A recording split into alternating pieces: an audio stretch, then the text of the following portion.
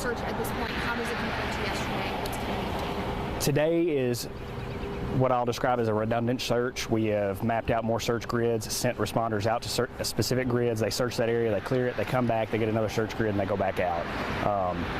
Yesterday, we, for lack of a better term, we threw everything that we possibly could throw at this. I'll show you a picture of the map in just a moment.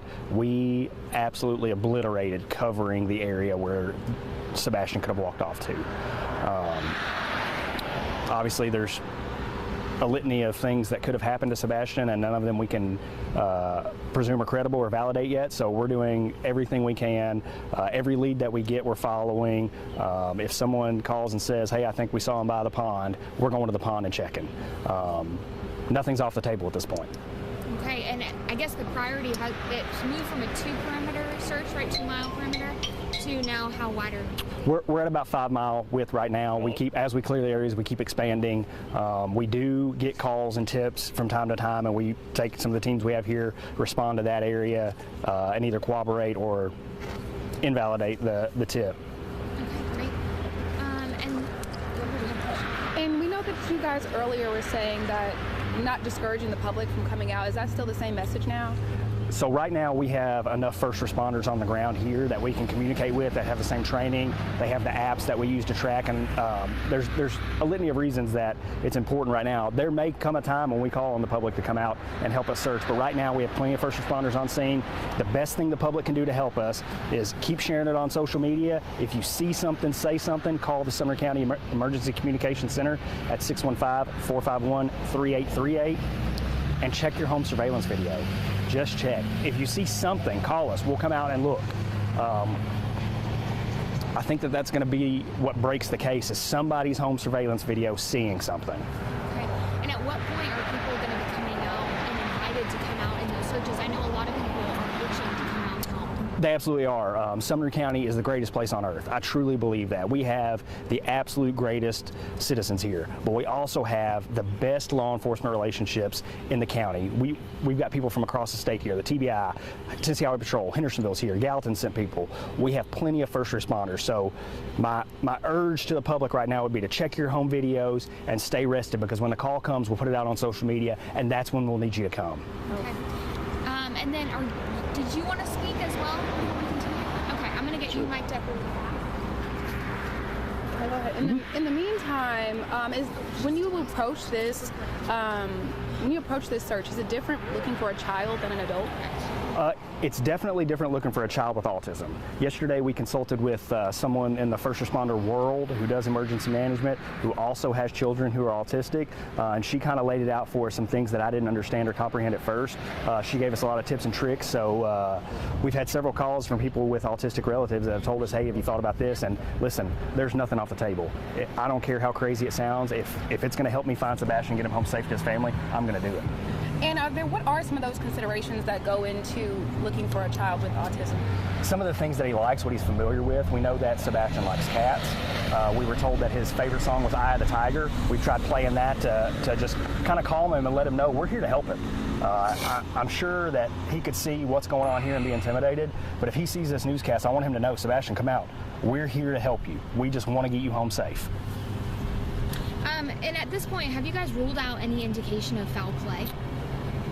I won't say that we've ruled out any indication of foul play, but I will say that the family has been nothing but cooperative with us. Nothing but cooperative. There's no indication of foul play at the moment. Okay. How have those tips been of people coming in and offering up any information? Have you guys had any leads or any information that you can kind of share with that? We've had several tips. One of the tips was that he was sighted off of Newman's Trail off Long Hollow Pike. We actually, when we got that tip, we sent a team out. We made contact with who they thought was Sebastian, and it was not. Again, that's a great tip. It could have been. So if somebody sees something, call us. Let us know. And do you guys know, I know you guys were checking shoes last night to see if he was barefoot. Is that still the case? Is he barefoot? Because I know on Facebook somebody posted a picture of these could be his shoes, or is that so he is presumed to be barefoot at this point? What I can say is that his mom says all of his shoes are accounted for at the house. I'm not going to say that he's barefoot. All right. And how's the family doing? Just to ask, I'm checking in with them. Oh, I cannot imagine the struggle that the family is going through right now. I'm a dad. Director Widener's a dad. I don't know how they're handling it. I couldn't survive if something happened to my kids. Managing all of this, what's been going through your guys' mind, just kind of juggling all of these people and having people come in from outside agencies as well? I mean, what's been going through your mind? Well, I think Director Widener said it best. Every time we debrief and talk about what we've done, we're asking, what ideas do you guys have? Because, I think I'm a pretty good law enforcement officer, but I'm not the smartest guy in the room, and I know that. So if someone's got an idea, and we've had some pretty good ideas come up, and we're gonna try everything we can. So keeping an open mind and doing anything we can to find Sebastian.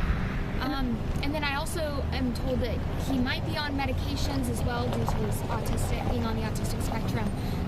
What is that kind of looking like, and is that kind of upping the danger of the situation here as well? It definitely increases the volatility of the situation. The medicine was there, obviously to treat his autism, so how he responds to that once the medicine is out of his system is really not my expertise, but I do know that it's going to have a negative effect on him. So it definitely is increasing. And then as people approach him, if they see him, are they advised to move slowly or call you guys first, or I guess what's the recommendation? I would definitely say call us first. If you're close enough to talk to Sebastian, talk in a calm, slow voice. Let him know that you're not there to hurt him. You're there to help him, and hopefully you can build a rapport with him until we can get there and bring him back to his family. And about how many agencies are helping with this search? Oh, we've got at least 10 agencies here. Yesterday, and Director Widener. And Ken Widener, KENWEIDNER, Director, Sumner County Emergency Management Agency. So yesterday we had multiple agencies. We had 220 searchers on the ground, and we bring them in and they go through operations and they get assigned to search areas. So we're using a search program to track them, and they lay tracks from their cell devices, and we know where they're at, and they complete those search areas. They come back and they get reassigned, or we reassign them when they're in the field. So today we'll get a count on that, but I'd say we're over 150 searchers on the ground today, and multiple agencies, and THP helicopter, and I'm not sure what the chief went over, Metro's helicopter, TBI fixed wing, over 10 drones. We've got 12 K9 teams here, 8 mounted units yesterday, horses yesterday, and 10 here today. So we're covering as much ground as we can, and we keep expanding that search area. And we have pounded the area, the neighborhood that he went missing from, and the neighborhood adjacent, and we keep expanding that out. And with the anticipation of the temperature dropping tomorrow and a chance for storms, is that going to change the search, or is it going to have any impact on his ability to survive? We're concerned about the weather because we don't know exactly what he's dressed in, and we could have some flurries tomorrow. And the storms, so the wet, and you lose body temperature 30 times faster when you're wet than when you're dry in the air or in water.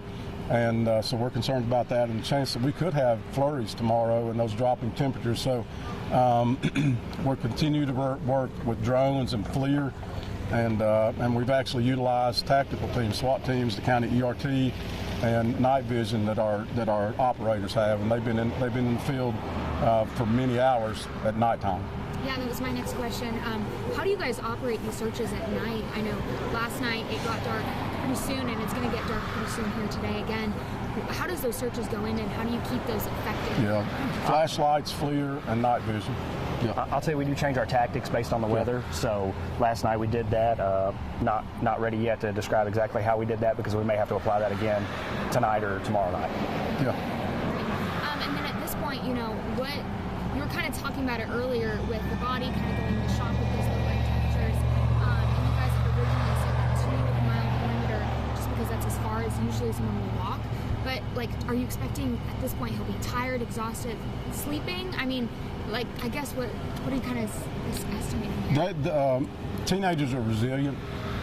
We're really hoping he has enough clothes on to stay warm, and we think that when he gets fatigued, he should rest. And he apparently doesn't sleep a lot at night, and he's more active at night, and Probably sleeps a little more in the day, so we hope he's laying down and resting, and we just want to.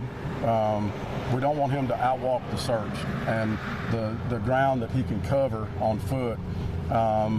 We're working with that, and we're putting that into consideration when we create the areas that we search. And then who's helping out with the aerial searches as well? There's multiple agencies. TBI's helped, Metro Nashville's helped, Tennessee Highway Patrol's helped, our drone team, North Star has helped, Wilson County is going to come help with some aerial coverage. The Sumner County Emergency Management drone team has been phenomenal. There's really no limit. If there's a resource out there that can help us, we've called and we've asked for it. Pretty much every agency in the county, and then counties from across the state, quite honestly. And with the plea, and I think I heard Chief talking about that earlier. We have a lot of people wanting to volunteer, and we are really looking to put trained personnel on the ground that are familiar with search and operations and have the ability to perform limited rescue operations. And we've got teams on standby if we have a rescue situation, and so there's a lot that goes into that, and we can track these personnel a lot easier. So Are divers still on scene as well? You know? they're on standby. They're on standby. They're on standby.